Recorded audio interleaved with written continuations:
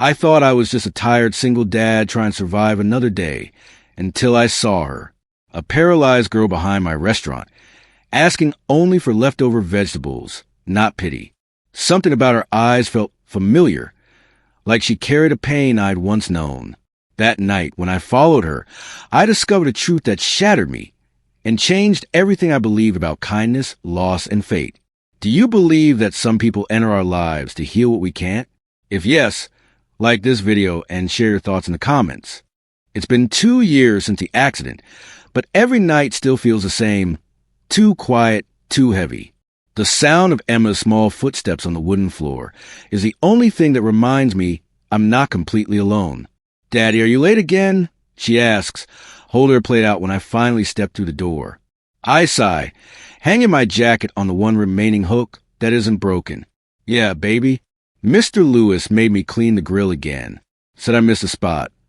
Emma frowns. "But you always come home tired. Doesn't he know you work hard?" I force a smile. "That's just how grown-ups are, sweetheart. They forget what tired means."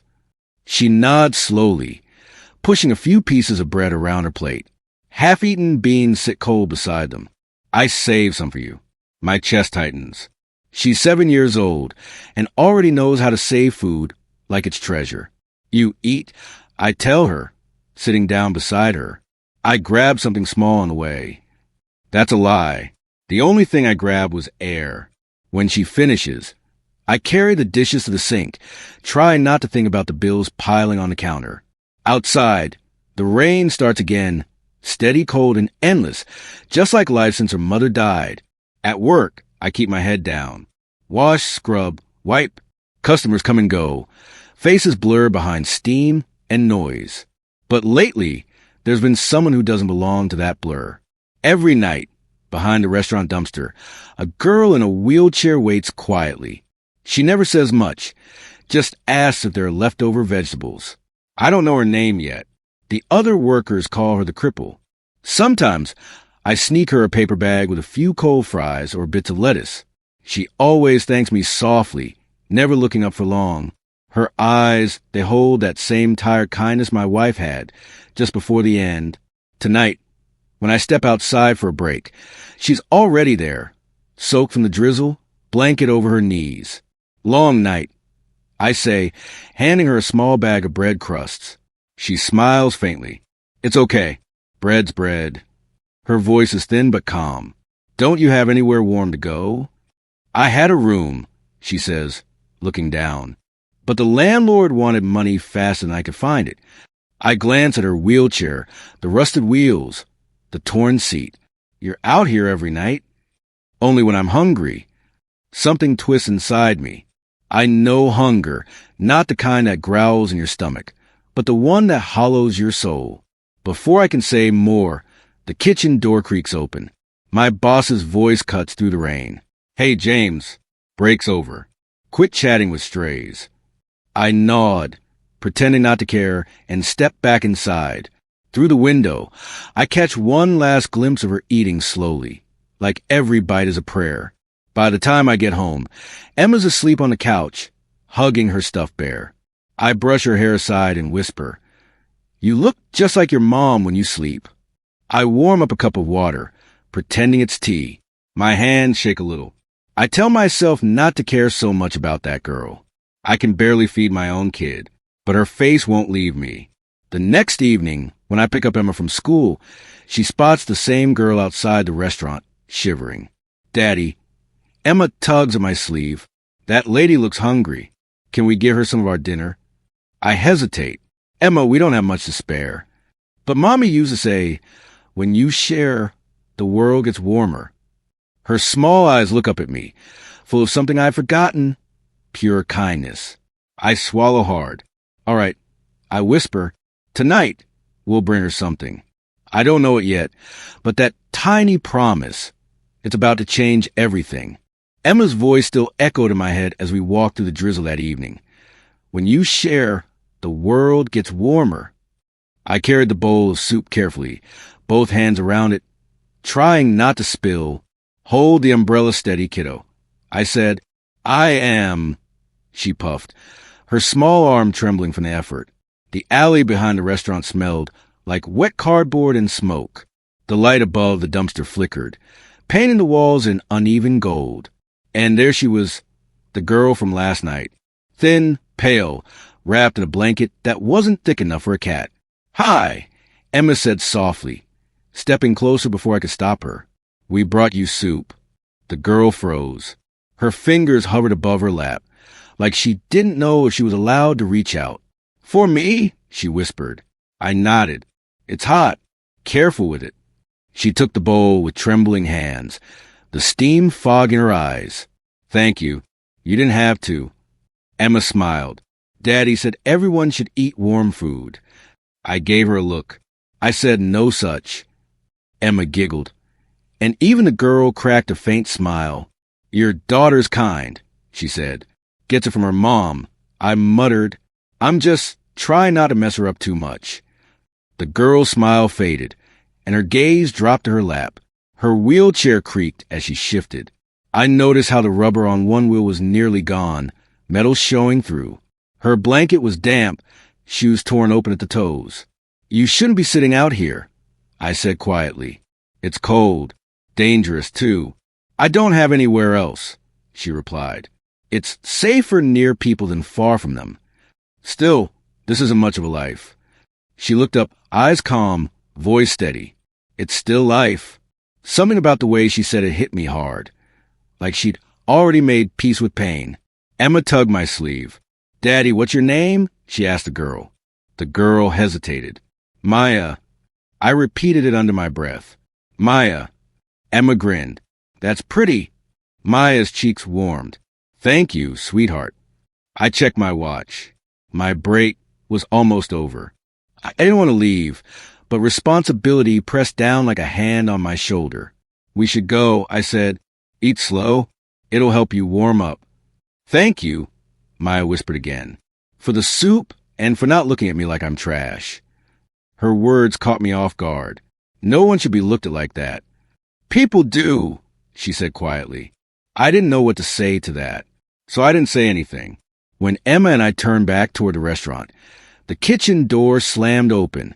Mr. Lewis's voice sliced through the rain. "James, what the hell do you think you're doing?" I froze. "She's hungry, sir. You just fed a beggar behind my kitchen," he barked. "You want health inspectors crawling here? You want to lose your job." Emma's grip on my hand tightened. "She's not a beggar," she whispered, her small voice shaking. I looked at Mr. Lewis. "She's a person, sir." His jaw flexed. "Do it again and you're out. You hear me?" I nodded slowly, biting my tongue. "Yes, sir." He went back inside, muttering something about people who don't know their place. Emma looked up at me, frowning. "He's mean." "Yeah," I said softly. "Sometimes people forget how to be kind." We walked home in silence. Every raindrop seemed to echo Maya's voice in my head. It's still life. Later that night, after Emma fell asleep, I sat by the window with my cold cup of coffee. I couldn't stop picturing her, sitting there, shivering, holding that bowl like it was the only warmth left in the world. I told myself I'd done enough, but deep down, I knew I hadn't. And when I went back the next night and saw her spot empty, just a faint outline of her wheelchair's tracks in the mud, my chest tightened in a way I couldn't explain. I didn't even think. I just knew I had to find her. The rain hadn't stopped since last night. It came down in sheets, drumming against the pavement, washing away the faint tracks her wheelchair had left behind the dumpster. I shouldn't have cared this much. I told myself that a dozen times while walking through puddles. Hood pulled tight, but my chest wouldn't listen. Maya was gone. No note, no bowl, just emptiness. Where could she have gone in this weather? I muttered under my breath.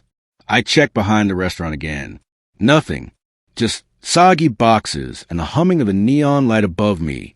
Then, out of the corner of my eye, I saw movement. Something metallic catching the light near the corner of the street. A wheelchair. "Maya," I called quietly, but she didn't look back. She was pushing herself through the rain, up the cracked sidewalk, each shove of her arm slower than the last. My gut twisted. I started after her, careful not to make noise. I wasn't sure why I was hiding. Maybe because following a woman through the dark made me feel like some creep, but I couldn't stop. Every few seconds she paused, catching her breath, water running off her hair and shoulders. Her blanket was soaked. I wanted to step in to help her, but something told me not to, like this was something she needed to do alone. When she turned down a narrow alley, I hesitated at the corner. The light barely reached there. Only the sound of rain and the squeak of her wheels filled the silence. Maya, I whispered again, but my voice drowned in the storm. She stopped in front of an old building with a shattered sign that used to say Harmony Clinic. Half the roof was gone, windows boarded. I watched her struggle to lift the front wheel over the broken step, hands trembling. I couldn't take it anymore. I stepped out from the shadows.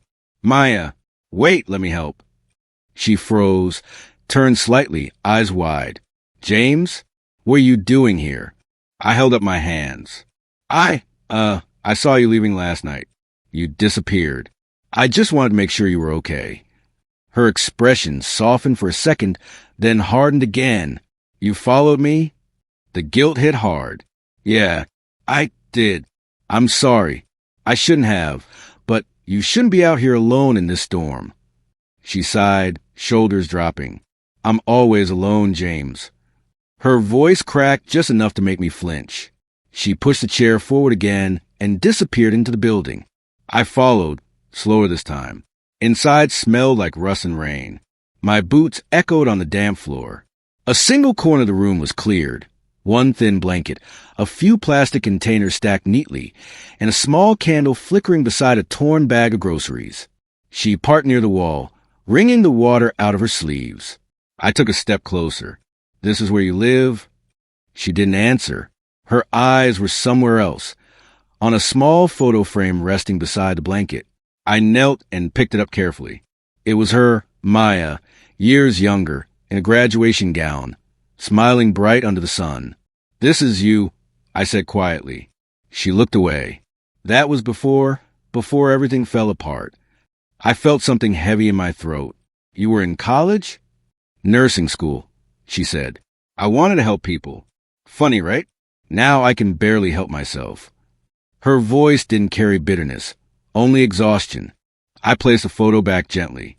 You shouldn't be living like this, Maya. There has to be someone you can call, some family. There isn't, she interrupted. I stopped being anyone's responsibility a long time ago. The wind howled through the broken window. I looked around at the dripping walls, the flickering candle, her shaking hands. She caught me staring and said softly, Please don't pity me, James. I'm still breathing. That's more than I thought I'd ever have. I swallowed hard. I don't pity you, I whispered. I just don't know how to stop caring. Her eyes glistened in the dim light. Then don't. But go home before your daughter worries. I wanted to argue, but she was right. Emma would be waiting, asking why I was late again. As I stepped out into the storm, I looked back once more. Through the crack in the door, I saw her holding the photo against her chest, eyes closed, whispering something I couldn't hear. The rain felt colder that night, and by morning, I knew I couldn't stay silent anymore. I had to ask her what really happened, who she used to be, and what broke her so deeply. The morning after the storm, I couldn't shake the image of Maya clutching that photo to her chest. I kept hearing her voice, calm, tired, unblaming. When my shift ended, I didn't even think twice. I grabbed a thermos of tea, some bread, and headed straight for the ruined building. She was there, sitting near the candle, dry her blanket in a weak patch of sunlight. You again, she said softly, half smiling. I told you I'd come back, I said, and I brought something warm this time. She nodded, her hands trembling slightly as she took the thermos. You shouldn't waste food on me. It's not a waste, I replied, sitting down across from her. You look like you haven't eaten properly in days. I've had worse days, she said, sipping slowly. I hesitated before speaking. Maya, I saw the photo. You looked happy. What happened? For a moment, she just stared at the floor. I thought she'd tell me to leave. But then, in a voice barely above a whisper, she said, Do you really want to know? Yes. She placed a thermos beside her and folded her hands in her lap. I used to be a nurse, she began. Graduated 5 years ago. My parents were proud. We didn't have much, but they called me their miracle. I stayed quiet, afraid that one wrong word would make her stop. One night, after a long shift, I was driving home. A drunk driver ran a red light. I woke up in the hospital 3 days later and couldn't feel my legs. The words hung heavy between us. Rainwater dripped from the ceiling, each drop echoing like a heartbeat. My parents took care of me, she went on, but they were old, and the stress, it broke them. My father died first, then my mother, same year. I swallowed hard. I'm so sorry. She shook her head. Don't be. Life happens. My fiancé promised he'd stay, but when he realized I wouldn't walk again, he left. I don't hate him. He just couldn't handle it. I clenched my fists. Still doesn't make it right. No, she said gently. But people leave. That's just what they do. Her voice didn't carry anger, only acceptance. That hurt more than rage ever could. I sold everything I owned for therapy. It didn't work. When the money ran out, I rented this place. The landlord didn't care what condition it was in, as long as I paid cash. When I couldn't, he kicked me out. I rubbed my face, trying to breathe through the ache in my chest. So you ended up here, behind my restaurant. She nodded. I can't beg, James. I just can't. I ask for leftovers because food gets thrown away anyway. I tell myself it's not charity, just recycling kindness. Recycling kindness. I repeated, my voice cracking a little. That's something I've forgotten how to do. She looked at me then, really looked. You've lost someone too, haven't you? My wife, I said. 2 years ago. I've been pretending to be strong for Emma, but most days I just survive.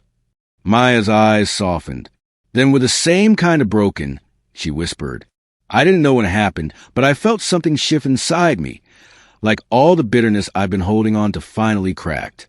I saw myself in a reflection, tired, scared, alive, but not really living. She reached for my hand. James, you still have your daughter. Don't lose yourself the way I did. I nodded, feeling tears sting behind my eyes. You haven't lost yourself, Maya. You're still fighting. I see it. She smiled faintly. Maybe, or maybe I just haven't figured out how to stop. We sat there in silence, the candlelight flickering between us. For the first time in years, I didn't feel empty, just human again. When I finally stood to leave, I said, you shouldn't have to live like this. I'm going to help you. Her eyes widened. James, you don't have to. I do. I cut in. I don't know how yet, but I will. As I walked out into fading light, one thought burned in my chest. Her courage deserved more than pity. It deserved a second chance. And I was going to make sure she got it, no matter what it cost me. I didn't plan for it to go this far. It started with one warm meal, then another.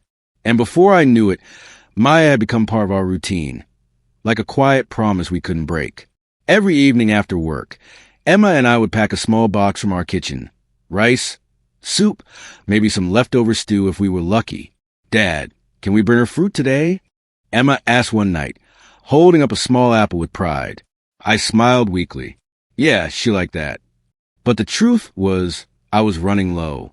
The grocery bills kept piling up, and tips at the restaurant had been worse than ever. Still, I couldn't stop. Each time I saw Maya's frail hands accept that food with trembling gratitude, something in me, something half dead, felt alive again.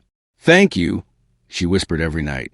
Her voice was barely there, like a candle flickering against the wind, and every time I'd shake my head. Don't thank me, just eat. One evening, as I stepped out the back door with a small bag of food, my boss, Mr. Harris, caught me. His eyes narrowed when he saw the container. Where are you taking that? I froze. Just some leftovers. For who? I hesitated, but lying wouldn't help. There's a woman out back. She doesn't beg or bother anyone. Just hungry. His face twisted. You're feeding strays behind my kitchen? Do you want the health department on my back? She's human, not an animal. I snapped before I could stop myself. The words hung heavy in the greasy air. Harris stepped closer, his jaw tight. "You're fired, Tom. Pack your stuff and get out." I stood there, numb, the sound of rain hitting the metal roof above us. Fired, just like that.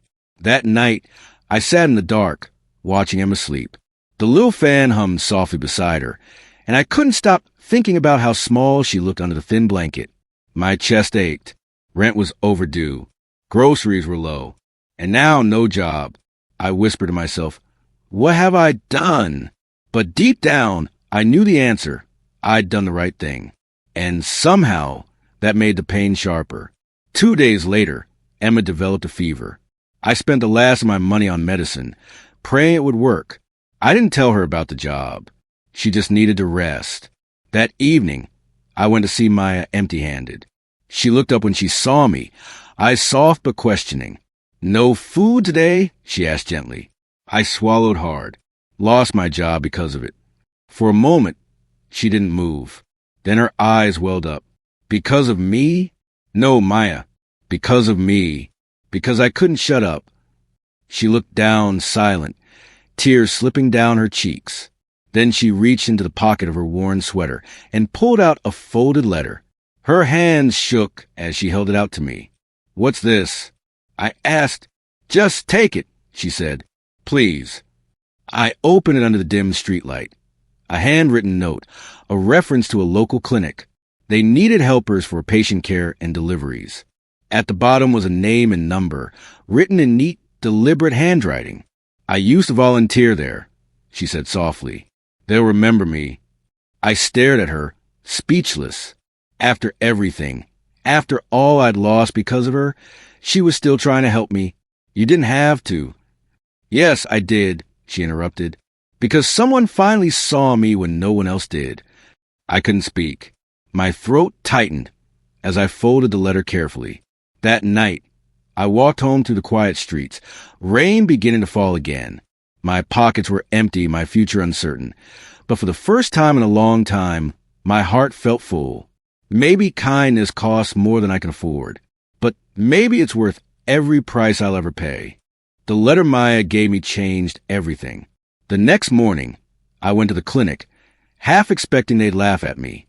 Instead, the head nurse smiled when she saw the note. "You're a friend of Maya's? You're hired. We could use a man like you." That's how I ended up mopping hospital floors with a quiet sort of gratitude. It wasn't glamorous, but it was honest work, and it kept food on our table. "Dad, do people here really get better?" Emma asked one afternoon, sitting in the waiting area with a book on her lap. "Some do," I said, squeezing the mop dry. "And some just need a reason try." She looked thoughtful, then added, "Maybe Maya needed you." Her words stopped me for a second. I looked down the hallway where Maya sat by the window in her wheelchair, sunlight touching her face. For the first time since I'd met her, she was smiling, a real, soft smile that reached her eyes. Later that day, I joined her during my break. Emma was already there, reading out loud from a storybook. Maya listened like each word was a melody she'd forgotten. Emma's quite the storyteller, I said, sitting beside them. "She reminds me of who I used to be," Maya whispered, "before everything went dark." I glanced at her hands. Thinner now, but steadier. "You're getting stronger." She shrugged lightly. Maybe I just stopped waiting to be fixed. That hit me harder than she knew. For so long, I'd been waiting too, for luck, for peace, for something to change on its own. But life doesn't fix itself. You have to meet it halfway. In the weeks that followed, our days found a rhythm. I worked mornings at the clinic, afternoons doing small delivery jobs. Emma spent time with Maya, reading, painting, or just talking. Sometimes I'd hear them laughing through the hall, and it would fill a space inside me I didn't realize had been empty. One afternoon, as I was wiping down the reception counter, the nurse said, "That woman you come with, the one in the wheelchair, she's got a remarkable spirit. The patients love her." I smiled. "Yeah, she's one of a kind." "They say she used to be a nurse," the nurse added. "I can tell. She talks to the patients like she's walked in their shoes." I didn't confirm or deny it, Maya never asked me to, but in my heart I was proud. She wasn't just surviving anymore. She was helping people heal without even realizing it. That evening, after closing time, I found Maya outside under the porch light, watching the sunset.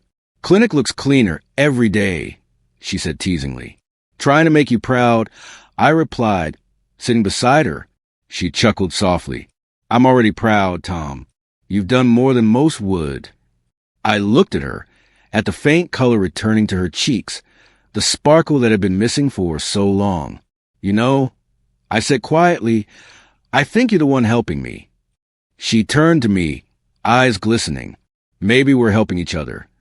The air grew still between us, not awkward, just peaceful, the kind of silence that doesn't need to be filled. When Emma came running out, waving her drawing of the three of us, Maya smiled wide. "That's beautiful, sweetheart." Emma grinned. "It's our family picture." For a second, I couldn't breathe. Family. It didn't sound wrong. That night, as I tucked Emma into bed, I realized something. Healing isn't just about getting better. It's about being seen, being needed, being loved. Even when you think you've run out of chances. I thought we'd finally found peace. But fate had other plans. Because the next evening, Maya collapsed. I still remember the sound her body made when it hit the floor. A soft, terrifying thud that froze my blood. "Maya!" I shouted, rushing to her side. Her head lolled forward, skin pale as paper. Emma stood at the door, clutching her stuffed rabbit, eyes wide. "Dad, is she dying?" "No, sweetheart." I lied, pressing 2 fingers against Maya's wrist. Her pulse was weak, fluttering like a dying bird. "She just needs help. Go grab my jacket. Now!" We reached the hospital in minutes, though it felt like hours. The fluorescent lights burned my eyes as doctors wheeled her away. I kept hearing the echo of her faint voice from earlier that evening. "I feel a little tired today." When the doctor finally came out, his expression said more than words. "She has an infection. It spread to her bloodstream. We'll need to operate immediately." I swallowed hard. "Do it, please." He sighed. "The surgery will cost around $75,000. My stomach dropped. 75? I don't have that kind of money. "Without it," he said quietly, "she won't make it through the night." He walked away, leaving me standing in the hallway like a man split in two. Emma tugged on my sleeve. "Dad." I looked down. Her face was streaked with tears, her small voice trembling. "We have to help her, right?" I knelt, hand shaking. "Emma, if I pay for the surgery, we might lose our home." She wiped her nose with her sleeve. "You told me love isn't about what we have. It's about what we give. Maya gave us everything when we had nothing." Her words pierced the fog in my head. She was right. Maya had given us more than food or help. She gave us hope. That night, I went home, tore through every drawer, every shelf. I sold my old watch, Emma's bicycle, the TV, even my wedding ring. Each item felt like a piece of our life crumbling away, but I didn't stop. I couldn't. When the pawn shop owner handed me the cash, his eyes softened. "Whoever she is, she's lucky to have you." I almost told him no. I'm the lucky one. By dawn, I was back at the hospital. Maya lay motionless on the bed, tubes snaking around her arms. The rhythmic beep of the monitor was the only sign she was still here. I sat beside her, holding her cold hand in mine. "Hey," I whispered. "You remember what you told me that night behind the restaurant? That you stopped waiting to be fixed? Well, now it's my turn to fight for you." Her eyelids fluttered open slightly. "Tom," her voice was a breath. "Don't. You've already done enough." I shook my head, tears burning my eyes. "No, you saved me, Maya. You gave me back my faith. Let me do this, please." She tried to smile, but her lips trembled. "You'll lose everything." I squeezed her hand tighter. "Then I'll start over. With you. With Emma.